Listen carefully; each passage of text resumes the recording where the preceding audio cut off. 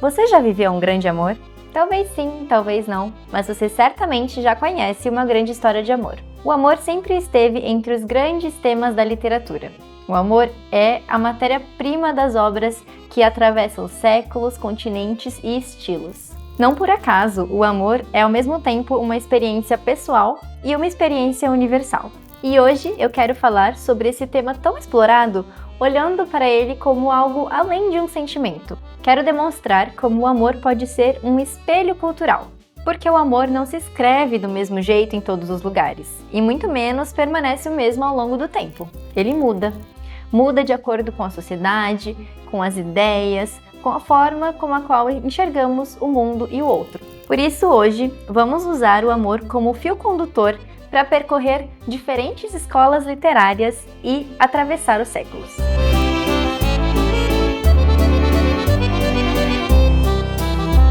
Em cada parada, vamos observar como esse sentimento foi representado de acordo com o imaginário de cada época e como essas representações estão conectadas com as transformações sociais, políticas e culturais de seu tempo. Porque ao mesmo tempo em que a gente pode pegar uma história de amor antiga e perceber as diferenças de como um casal vivia a sua paixão, diferenças, por exemplo, de definições e limites culturais e sociais, a gente também pode pegar essas mesmas histórias e perceber as semelhanças de como a gente vive o nosso amor hoje e perceber as nuances desse tema tão eterno e que geram tanta conexão que a gente pode pegar um texto medieval, ler e pensar, nossa, eu já senti isso. Vamos começar do início da tradição literária ocidental. Desde os seus primeiros registros, a literatura aparece como uma tentativa de organizar o mundo e dar sentido às nossas experiências. E o amor já está lá, desde o começo, sendo retratado. Quando a gente olha para os mitos da Grécia Antiga ou para os poemas de Homero, por exemplo, o amor era imaginado de uma forma bem diferente daquela que a gente vê hoje.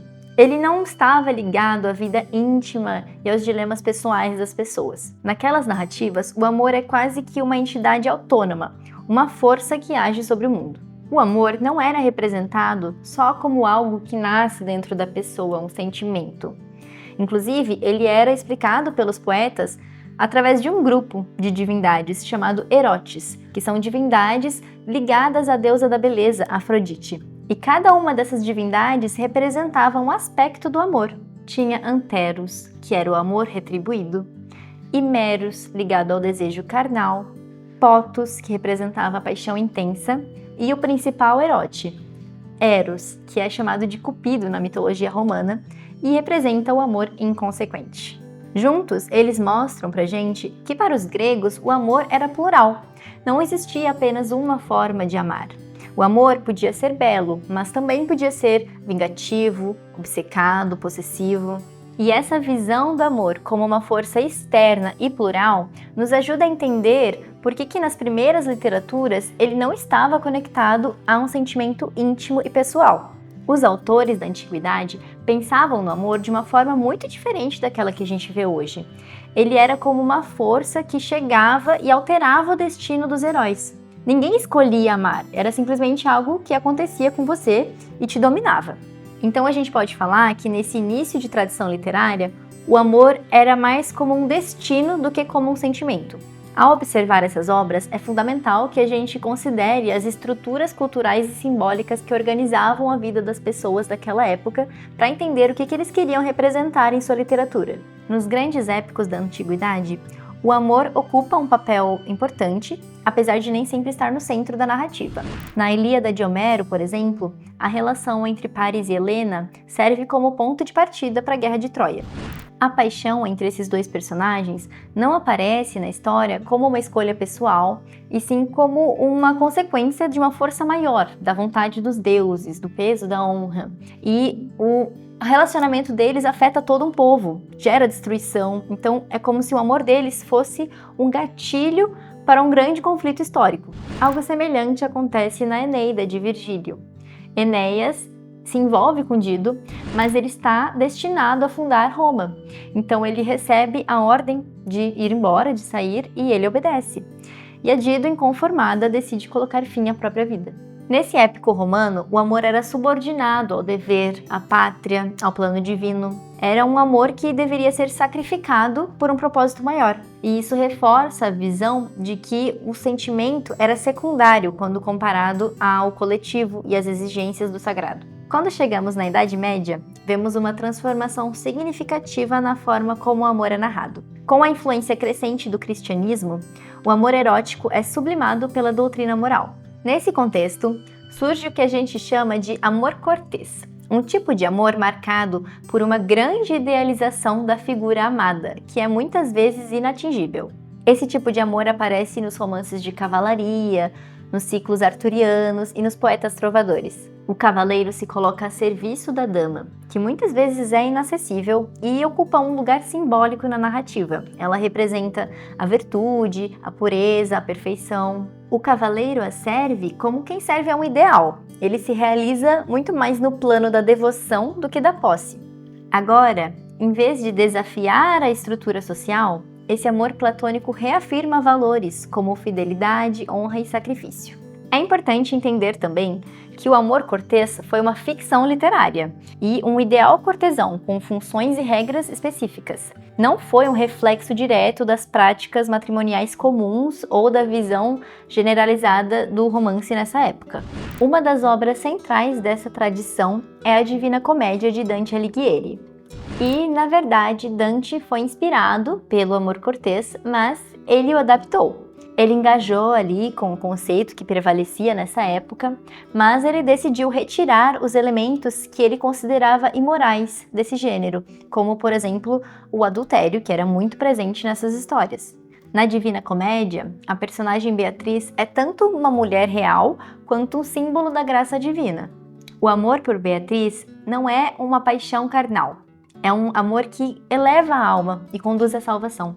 Em Dante, vemos uma mistura entre o amor terreno e o amor espiritual. A mulher amada se torna a própria mediação entre o humano e o sagrado. O que esses exemplos têm em comum é o lugar que o amor ocupa dentro de uma estrutura simbólica maior. Ele não está isolado em uma dimensão pessoal, ele faz parte de uma visão de mundo. Nas histórias antigas e medievais, o que nós vemos é o amor como estrutura narrativa que carrega valores sociais, morais ou religiosos. Depois da Idade Média, entramos no Renascimento, um momento de grandes transformações filosóficas, culturais e artísticas. É um período em que o olhar da sociedade começa a se voltar com maior intensidade para o ser humano, e a vida terrena e os conflitos pessoais começam a ganhar mais espaço nas reflexões da época.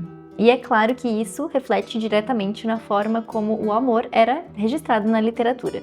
Durante a Idade Média, o amor estava muito ligado à religiosidade, aos códigos morais, à ideia de uma elevação espiritual. Já no Renascimento, o amor continua sendo retratado como algo elevado, mas dessa vez ele se aproxima mais da experiência humana concreta.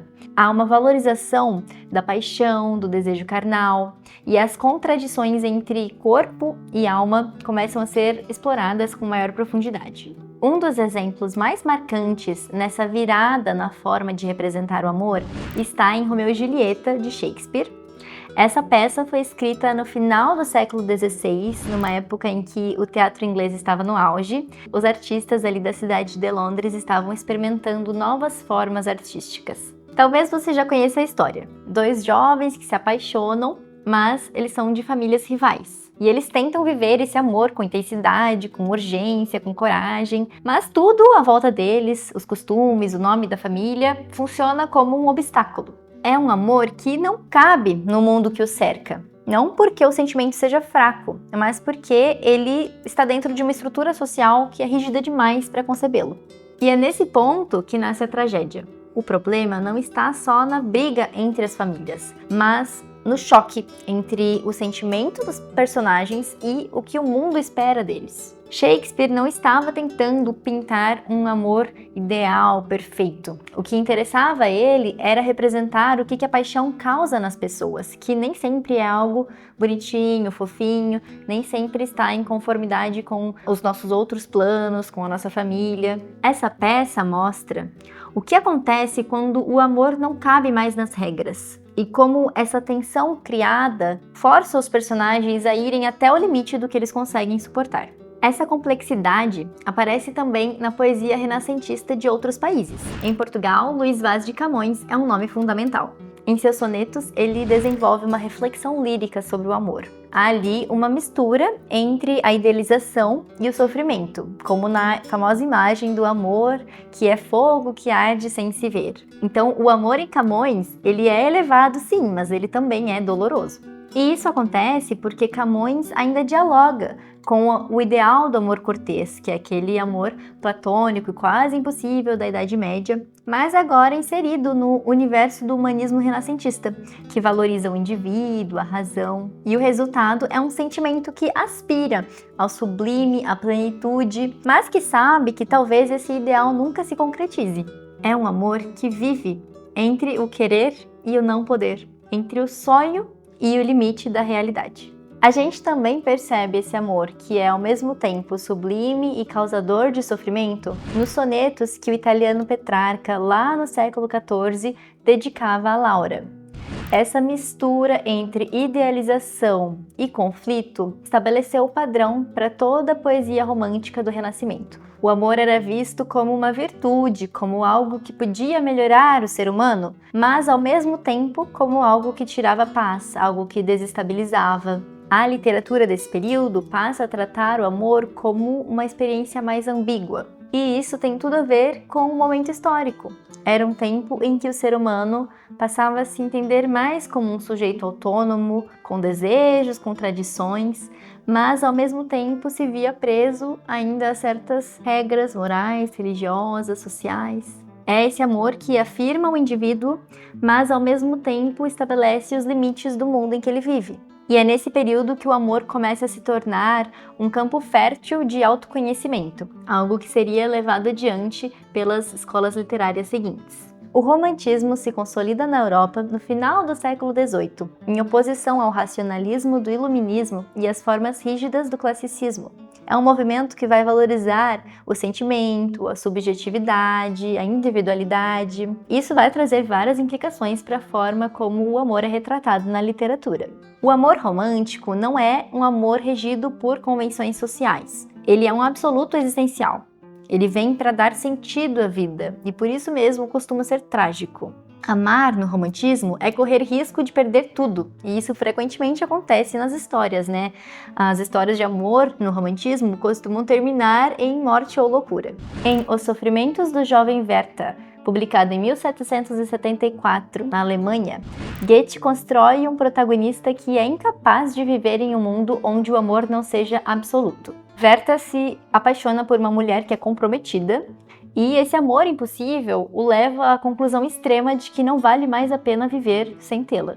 Essa obra teve um grande impacto na época, marcando o início do romantismo europeu.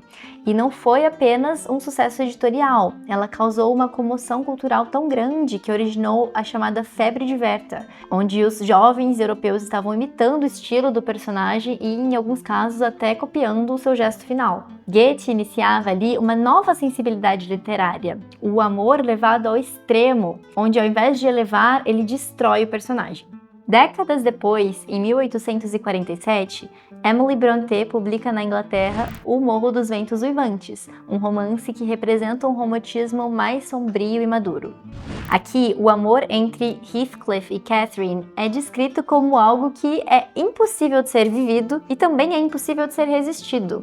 Eles parecem meio que ligados por uma força destrutiva. A ambientação gótica, os personagens tomados por obsessões e a estrutura narrativa fragmentada colocam esse romance como algo transitório entre o romantismo e o surgimento do realismo. No caso de Portugal, o romantismo durou mais do que em outros lugares da Europa. Amor de Perdição, de Camilo Castelo Branco, só foi publicado em 1862, uma época em que, em vários outros países da Europa, o realismo já estava em alta. Mesmo assim, esse é um livro totalmente romântico. O tom é mais desesperado do que no Renascimento, e o peso está no sentimento e na interioridade dos personagens. A história gira em torno do amor impossível entre Simão e Teresa, barrado pelas obrigações familiares e pelas regras sociais da época, E como o romance é em forma de cartas, a gente entra direto na mente dos personagens, sente a angústia deles, toda a emoção intensa, o conflito entre o desejo e o dever e o tom fatalista carregam o espírito do romantismo,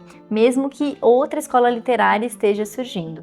Essas 3 obras fazem parte do romantismo, mas ajudam a perceber como esse movimento assumiu formas diferentes dependendo do país e da época em que foi escrito. O romantismo alemão de Goethe é mais filosófico, introspectivo. O português do Camilo é mais focado nos dramas familiares. E o romantismo inglês da Emily Brontë mistura tudo isso com uma construção narrativa bem original. Mesmo dentro da mesma escola literária, a forma como o amor aparece muda bastante. E isso depende também da época, da cultura e até mesmo do estilo de cada autor. Enquanto o romantismo representava o amor como uma experiência avassaladora, alguns autores contemporâneos a esse movimento começaram a enxergar o sentimento por outro ângulo, e eu quero trazer como exemplo aqui a inglesa Jane Austen. A obra da Jane Austen marca um ponto de virada importante na forma como o amor era retratado na literatura. Ela já aponta para o realismo, mas ainda guarda características importantes do romantismo, principalmente no sentido de valorizar o afeto e o desejo de conexão entre as pessoas. A Jane Austen escreve entre o final do século XVIII e o início do século XIX, e as suas histórias acontecem em um universo social bem definido. São histórias que acontecem em cidades pequenas, que falam sobre família, casamento, herança, convenções sociais. Mas dentro desse espaço aparentemente limitado, ela constrói personagens complexos, que precisam aprender a conciliar sentimento e razão. Em romances como Orgulho e Preconceito e Razão e Sensibilidade, o amor vai surgindo aos poucos, com dúvidas, com mal-entendidos, com mudança de percepção. O casal precisa se conhecer, errar, amadurecer, reconhecer os próprios defeitos. O caminho do amor passa por uma transformação interna. Para que ele aconteça de fato, é necessário que cada um reveja as suas ideias e a sua forma de enxergar o mundo e o outro. Mas há um elemento central para essa construção: o casamento. Austen vivia em uma época em que as mulheres tinham poucas alternativas para garantir a sua estabilidade financeira e social. Então, casar-se era, para muitas, a única possibilidade concreta de futuro. Por isso, o sentimento que ela retrata está sempre ligado à vida prática, à vida econômica. O sentimento é importante, mas ele precisa dialogar com a realidade. Apesar disso, as suas protagonistas não se casam por interesse. Elas buscam um relacionamento por afinidade, elas querem encontrar o seu grande amor. A Jane Austen critica os casamentos forçados, os casais que vivem de aparência, os jogos por status. E ao fazer isso, ela vai abrindo uma nova forma de narrativa amorosa, mais crítica e mais conectada à vida cotidiana. As obras da Jane Austen antecipam muitas das características que seriam desenvolvidas no realismo. E percebam que as representações na literatura não seguem necessariamente uma ordem linear. A evolução literária é como se fosse um diálogo entre as épocas e as culturas, onde uma escola literária surge como uma reação ou uma reinterpretação de uma escola que a antecedeu. Então, o renascentismo representou uma mudança em relação aos ideais medievais e o realismo surge como uma crítica ao romantismo. Em vez de exaltar um sentimento profundo ou uma paixão avassaladora, os autores realistas querem observar a realidade social de forma concreta e objetiva, destacando os conflitos de classe, a hipocrisia das instituições e a psicologia dos personagens. O amor, nesse novo paradigma, deixa de ser visto como um valor transcendental e passa a ser observado como um fenômeno social, sujeito a interesses, negociações. Esse foi o período que desidealizou o amor. Em Madame Bovary, de Gustave Flaubert, uma obra que é até considerada antirromântica, a gente acompanha uma personagem que foi completamente formada pela ideia de amor que ela lia nos livros românticos. A Emma Bovary cresceu lendo histórias com paixões arrebatadoras, grandes gestos, e é isso que ela espera do casamento. Mas, quando chega a vez dela e ela se casa, ela tem como que um choque de realidade, porque ela descobre que a realidade do matrimônio é bem diferente daquela que ela esperava. A vida de casada é monótona, tem rotina, não tem grandes emoções. E essa frustração leva Emma a buscar fora do casamento a emoção, mas nada é capaz de preencher esse vazio que ela sente. Flaubert denuncia com essa história a ilusão romântica e a mediocridade da vida burguesa. No Brasil, Machado de Assis é provavelmente o maior exemplo de como o amor é revisto sob a lente do realismo.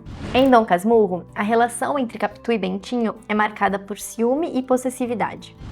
Não há declarações líricas nem tragédia. O que há é um jogo psicológico denso que convida o leitor a duvidar da própria narrativa. O amor não é confiável. Ele pode ser paranoia, ciúme. A dúvida sobre a fidelidade da Capitu atravessa toda a narrativa, mas nunca é esclarecida. O que importa ali não é só o que aconteceu, mas como o amor pode ser sentido, interpretado e distorcido por orgulho e por insegurança. E essa mudança tem muito a ver com o contexto histórico. O século XIX é marcado pelo avanço e pela consolidação de novas formas de organização social, pela valorização da razão, da ciência. O casamento deixa de ser um ideal e passa a ser um contrato. O amor não é mais um destino, é uma escolha. E é uma escolha muitas vezes mal feita. No realismo, a gente descobre que amar também pode ser negociar, lidar com o outro como ele realmente é, não como a gente gostaria que ele fosse. Agora vamos sair um pouco do eixo ocidental europeu e entrar na Rússia do século XIX, que oferece uma abordagem bastante única sobre o amor. Nessa tradição, o sentimento está quase sempre ligado a questões morais e espirituais. O amor, nos grandes romances russos, costuma se enquadrar como uma forma de refletir sobre o sentido da vida, sobre o sofrimento humano, sobre o que é possível redimir ou não em uma sociedade desigual. Um bom exemplo disso é Anna Karenina, de Lev Tolstói. Anna é uma mulher casada que se apaixona por um outro homem e decide viver esse amor, desafiando ali os padrões da sociedade de sua época. E a princípio, essa escolha parece libertadora, mas com o desenrolar da história nós vamos vendo o preço que ela está pagando por isso. A Ana é isolada, rejeitada, julgada. A sua relação, que começou como uma promessa de felicidade, é marcada por ciúme, por insegurança, e no final ela se vê sem saída. Nesse mesmo período, Dostoiévski desenvolve o amor como possibilidade de transformação interior. Em Crime e Castigo, por exemplo, a personagem Sônia representa o amor sacrificial. Ela ama Raskolnikov apesar dos seus crimes. E é esse amor que oferece a ele uma possibilidade de renascimento espiritual e purificação. Essa forma de tratar o amor nos romances russos é bem diferente daquela que a gente está acostumado a ver na tradição ocidental moderna. Enquanto que em boa parte da literatura ocidental o amor aparece como algo individual, cheio de conflitos internos, na literatura russa ele tem outra função. O amor ali é visto como um gesto ético, quase espiritual. No século XX, o mundo passa por mudanças significativas. Guerras, revoluções, transformações urbanas, novas tecnologias e novas formas de entender a psicologia humana, como a psicanálise, que teve grande influência na literatura dessa época. E é nesse contexto que surge o modernismo, um movimento que rompe com as formas tradicionais de narrar e busca novas formas de expressar a realidade humana. E isso se reflete também na forma como os modernistas representam o amor em suas obras. O sentimento continua presente, mas ele já não vem mais com a mesma estrutura das narrativas clássicas. Em vez de histórias lineares, com encontros, desencontros, finais felizes ou trágicos, o amor passa a ser representado de forma mais subjetiva. Ele aparece em fragmentos, em lembranças. Muitas vezes é um afeto que não se completa, que escapa, ou que aparece só como uma projeção. Em O Grande Gatsby, de Francis Scott Fitzgerald, o romance entre Gatsby e Daisy parece algo romântico à primeira vista, mas logo ele se revela como uma ilusão que surge da nostalgia. Gatsby não ama Daisy. Ele ama uma imagem idealizada que ele criou dela, de um passado que ele tenta reviver, mas nunca existiu. E tudo isso acontece em meio a uma sociedade marcada pelo luxo, pelo consumo, pela aparência.